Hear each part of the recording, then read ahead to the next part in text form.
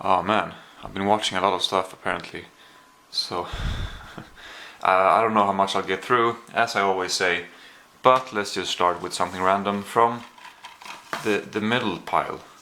This is Peter Kay's Car Share. This was a lot of fun.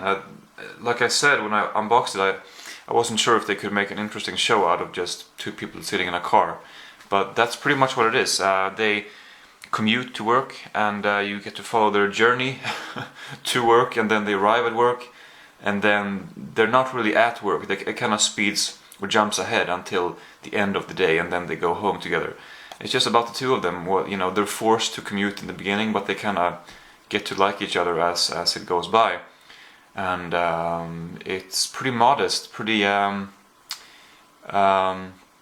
doesn't try to be modern. It doesn't really refer to modern stuff too much. They play the radio. There's a bunch of music on there, but there's mainly older songs. I mean, not 80s, but a decade-old songs that I recognize from when I grew up, I guess. A lot of that stuff, a lot of recognizable songs, but it's pretty, it's pretty. It doesn't try too hard in a way either. It's just very enjoyable to watch and very pleasant, and I definitely would like to see a second series of that. Then we get Peep Show Series 9, which I said in my favorite TV shows video that this is the last one, which I mean I thought it was, which pretty much is. I mean, for now it is anyway. But I read an article about there maybe being a 10th series in the future, but if so, it's gonna be in the future. It's not gonna be now. But I am willing to wait. This show, I mean, it just kind of ends. It doesn't have much of a conclusion, but I think that was it. If this is the ending, which, like I said, it doesn't look like it might necessarily be, but if it is, it's a pretty suitable ending to this series. Just the two lines that they have. Well, he has one line, and then he has one line.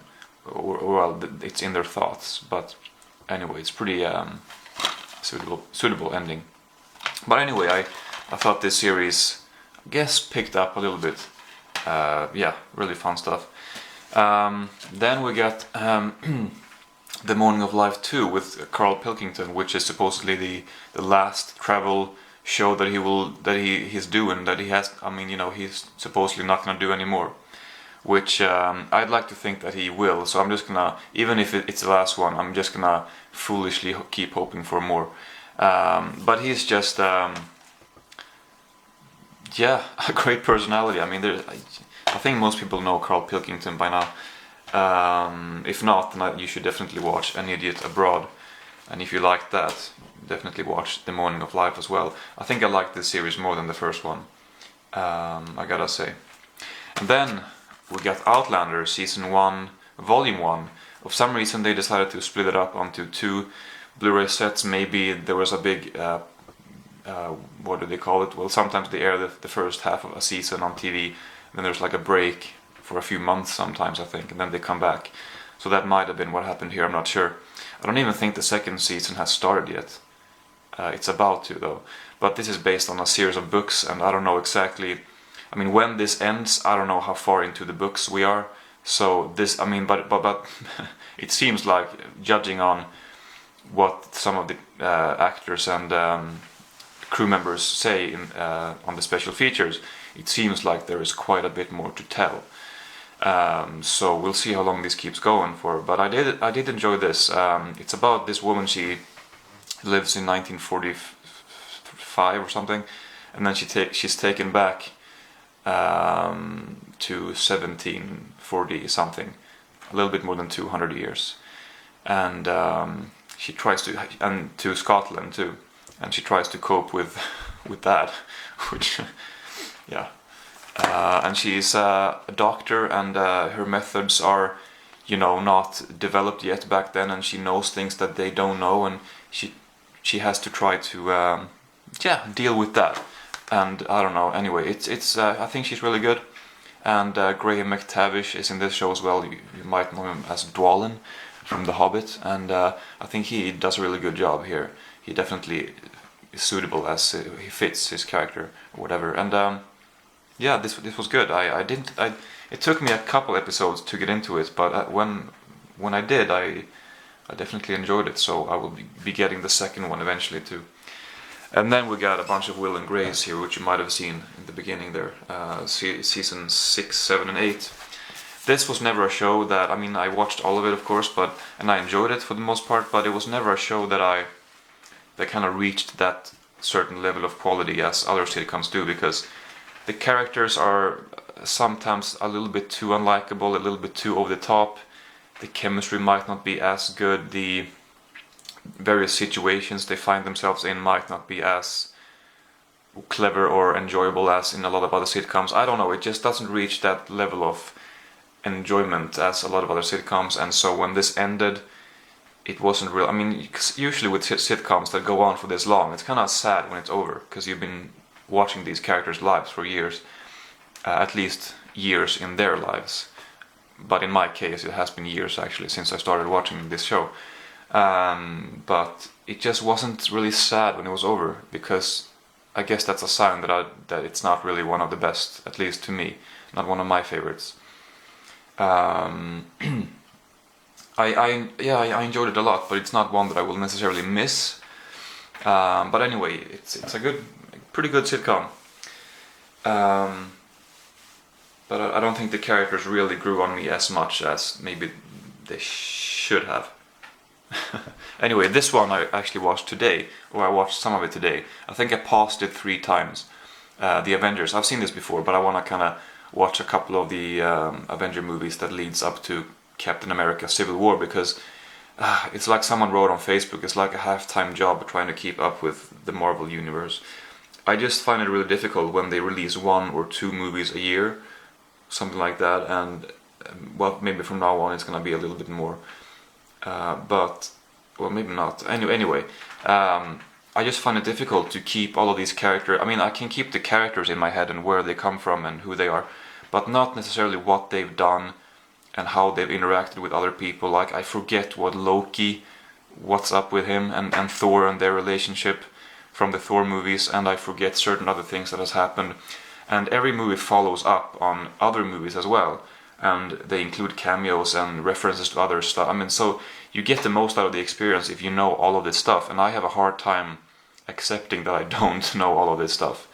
And maybe that's where I get frustrated, because for me anyway, I watch so many movies, and I don't know if that's an excuse. I know a lot of people do, and they still maybe manage to keep it all in their head, but I just can't. I can't keep all of this in my head when that many months elapse, in between each viewing of, so, but I'm trying to watch a few of them before Civil War anyway.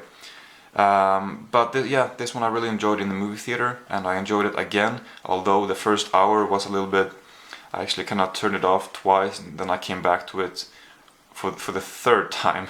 Well, I came back to it for the second time, but anyway, 1 hour into the movie, and then from then on I enjoyed it a lot more. But Marvel is not my favorite. I do enjoy the movies, but it's a little bit hit and miss for me. But I will say the last third act of this movie is pretty incredible. And I do get more stuff now than I did when I saw the movie for the first time, because I've seen more Marvel movies since, and I guess I understand a few of the things that I remember from the movies that follow the Avengers. I guess I understand better now that I have rewatched this movie too, because when I watched those movies, I might have forgotten about those events in the Avengers. Anyway, it's like I said, it's a lot to keep in your head at the same time. Actually, let me know if it works out for you to keep all of this stuff in your head all year round. Because for me, I just can't. I need to do my homework before I go see a big Marvel movie in the movie theater. Anyway, we got Ghost Town with Ricky Gervais and Tia Leone and Greg Kinnear. This was pretty good. It has its flaws, but I don't feel like I need to focus on those. It's basically Ricky Gervais. He goes for, I guess, a routine operation. Maybe not routine, but he goes for an operation, and he finds out later that he died for a few minutes on the operating table. And that resulted in him seeing ghosts. There are ghosts, dead people walking around New York City, and he can see them and he can hear them, and he can't touch them. He just walks right through them, But you know, the difference is that he can see them and he can hear them, and then that causes some problems and for him, of course. It's pretty funny and it's pretty well. It's not a pure comedy, but it's mainly a funny movie with Ricky Gervais. Yeah. I mean, there's more to the plot, of course, but that's essentially what it is, and I liked it. And then we got maybe not a childhood favorite, but one that I watched a few times anyway, and that I know that I really liked, Space Jam.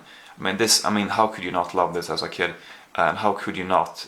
I mean, as an impressionable 8-year-old or whatever, how could you not let this movie sort of get to you?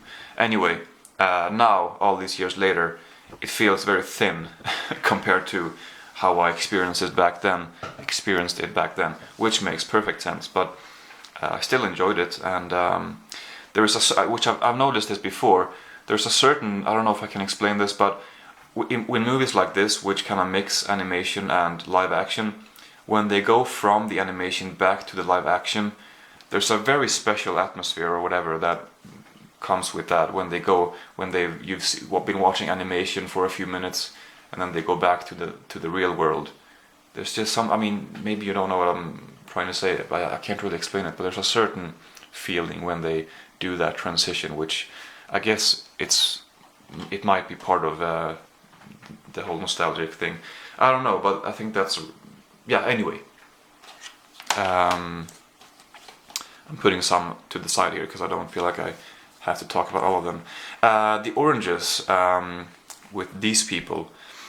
I thought this was pretty enjoyable actually. I mean, I can see why it doesn't have a great rating on IMDb and why maybe it hasn't. Maybe why a lot of people haven't talked about it. But I liked it. I thought Hugh Laurie did a good job, and I thought that it was just a pretty enjoyable character drama comedy. Nothing too impressive, but I kind of liked it. Not too much more to say than that, but I enjoyed it. And then this one, I feel like I'm forgetting what I had a few things I wanted to say about this, but it's been a while since I watched it. I forget what, but let's see how this goes. This is Maggie with Arnold Schwarzenegger and Abigail Breslin. One thing I didn't... I can't really remember honestly what people said about Arnold Schwarzenegger and his performance. I can't say I was impressed. I mean, okay, so he hasn't done a role like this before, and it's cool to see that he can do it, but still, for someone who's been acting for, 40 years, you'd think that he could do something dramatic, and it's not exactly like he's blowing you away with his magnificent on-screen presence. I mean, he's Arnold Schwarzenegger acting dramatic, that's pretty much what it is. And it wasn't really more than what I had expected from him, I guess, but it was still, I mean, he didn't let me down, but it was just, this is Arnold Schwarzenegger trying to act in a drama. I don't know. It was okay. I didn't love it, and I didn't think that the chemistry between father and daughter was very good either. It wasn't very believable,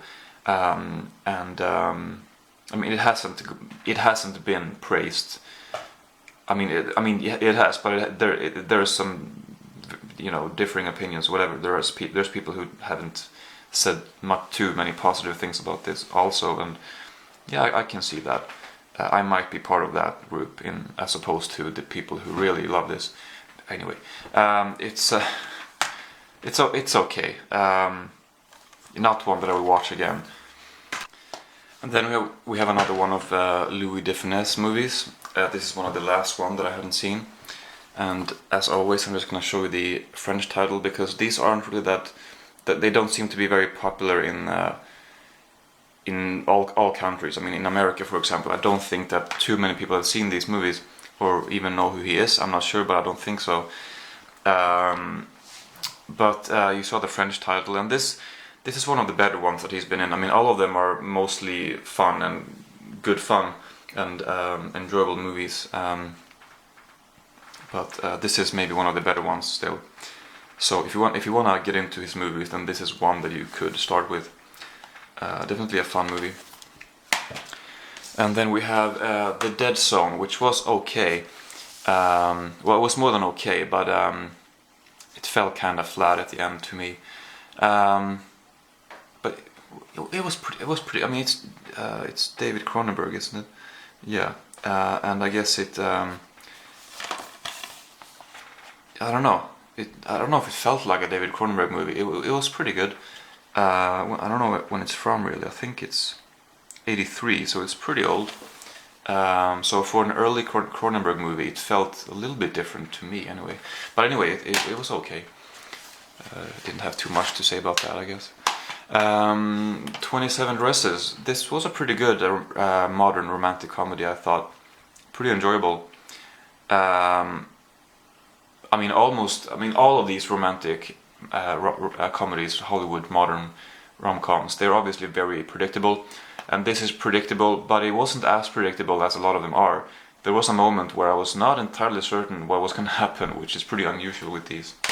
Then we have a good show here that I've been watching over the past few days. I watched these 2 seasons of Enlightened, which I didn't know. I mean, this is with Laura Dern, and she has co-created this along with Mike White, and I recognized him. I didn't know that he co-created this until he appeared on the commentary, and I was like, well, that's the guy in the show. I recognize his voice, and I recognized him as well, which I think must be from School of Rock with Jack Black. I vaguely remember his character in that movie, and that must have been where I recognize him from. But he hasn't been in too much. I went onto his IMDb page, but this is a pretty good show. It's pretty.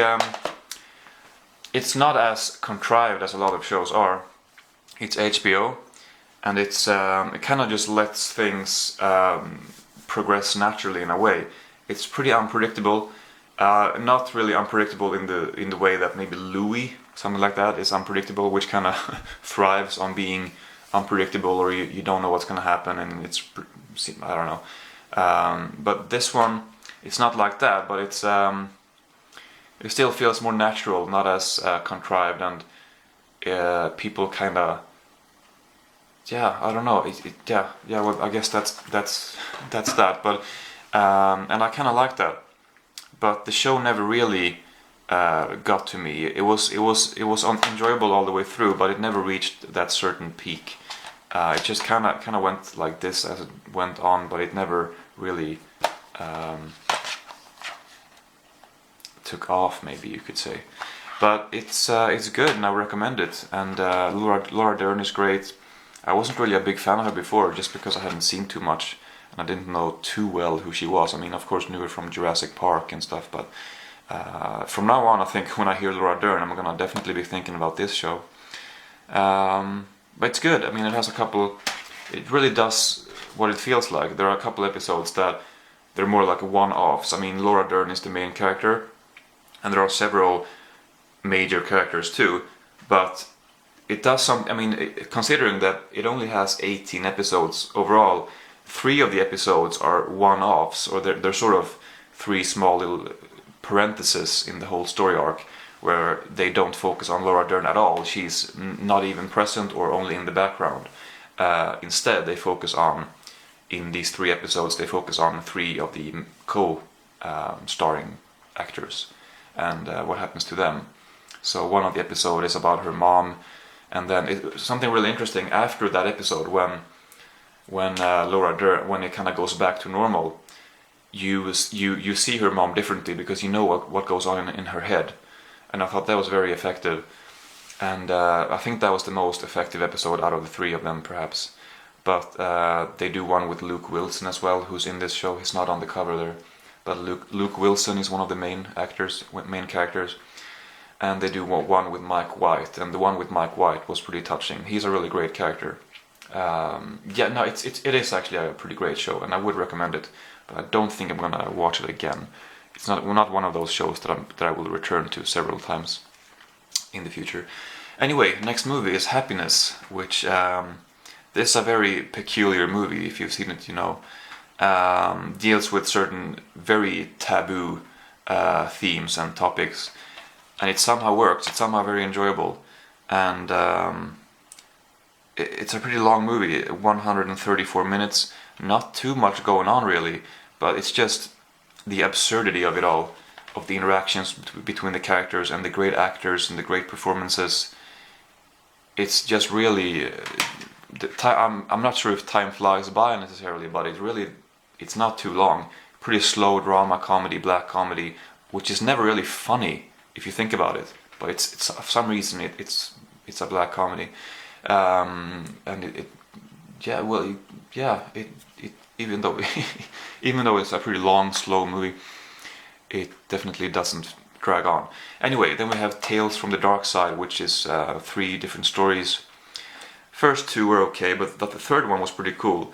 Very dark. I mean, not thematically, but just visually, they could have used some more lighting. Maybe it's the DVD that it's crap, but I don't know. But I did like the third story the most. The other 2 wasn't a big fan of, but the third one was good. And yeah, actually I didn't know that when I showed that in the last video, when I showed it in the video that I showed it in.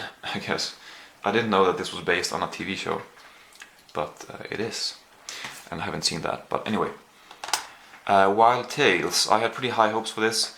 This is basically about, I don't know how many stories, well actually it's right here, I do know. 6 deadly stories of revenge. Yeah, revenge, yeah, I don't know if I picked up on the theme of revenge. I guess I should have, but it mainly just people losing control is what I was thinking. And they don't really end happy. Well, I guess the last one kind of ends happily.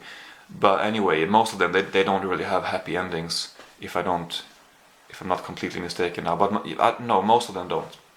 And I thought that, I mean, this is an anthology movie where when the first story ends, the second one begins, and it just kind of, I mean, as opposed to all of them going on at the same time, and the movie jumping in between them, which would have been a little bit more difficult to follow. But that's actually what I thought the movie was going to be like. But no, it's not. It's one story after another. And I gotta say, I was pretty disappointed with this movie, except for the third story, which I thought was pretty fun and really over the top. I just didn't... The stories, they weren't really that funny. They didn't seem very clever to me. Some of the things were just kind of strangely random in a way. I mean, some of the conclusions were like, okay, I guess that's what happened, on to the next one. And I didn't find myself really getting that payoff for the endings to these stories. I don't know, maybe it's not supposed to be about payoffs at the end. Maybe it's just, I don't know. I guess the tales, they're overall pretty crazy. I mean, the first story, which is the one that comes before the credits, so it's a pretty short one, that definitely has a payoff, and that was pretty insane. But except for that, I don't know, I didn't really see that. So overall, a little bit disappointed, because I had been looking forward to that one for a while, and I was a little bit bored actually when I watched it. But the third story, at least, was pretty good. Men at Work, I turned this off during the second episode because it just wasn't good. Let's see, this was a great one, which you could definitely interpret a lot more, but Khimki Ducks, Spring, Summer, Autumn, Winter and Spring. It's about, I mean, it doesn't take place over 1 year, but rather these different seasons, they represent a time in these characters' lives. It takes place on this, there's not really a picture of it here, but well, I mean, actually, yeah, well, there is, on the cover there's a picture, but you can't really see what's going on. But this is a sort of temple that's floating in the water, in this ocean, or this, it's not an ocean, but it's I don't know, a small sea. It's not oh god. Anyway, it's floating in the water with a bunch of forest surrounding it, and on this lives 2 monks, one older wise monk and one child who grows up throughout the movie. And it's really visually beautiful, and I feel like I can't really get into the theme of the movie, because first of all, I don't get it all. Second of all, it would take a lot longer, and I would have to probably prepare my thoughts for that one. But I thought it was great, beautiful movie, and with terrific, maybe not message, but just a very deep movie. Then we have Lilyhammer season 3. A lot of fun. A lot of fun. That's it. Tremors. This was okay. This felt more like a B movie than I was expecting, which I don't know what I was expecting, but I was expecting maybe the monsters to look better anyway, which it was fine, but it felt pretty. I don't know. It was okay. I don't have too much to say about it. There's a few more, but I'm just gonna skip those because this is a long enough video, and I don't have too much to say about them. I can just show you which ones they are without talking about them. So there we are. I watched those as well. Okay, that's it. I actually got through it all. I did skip a few, but not too many. But yeah, alright. So that's that for this time, and I'll see you next time.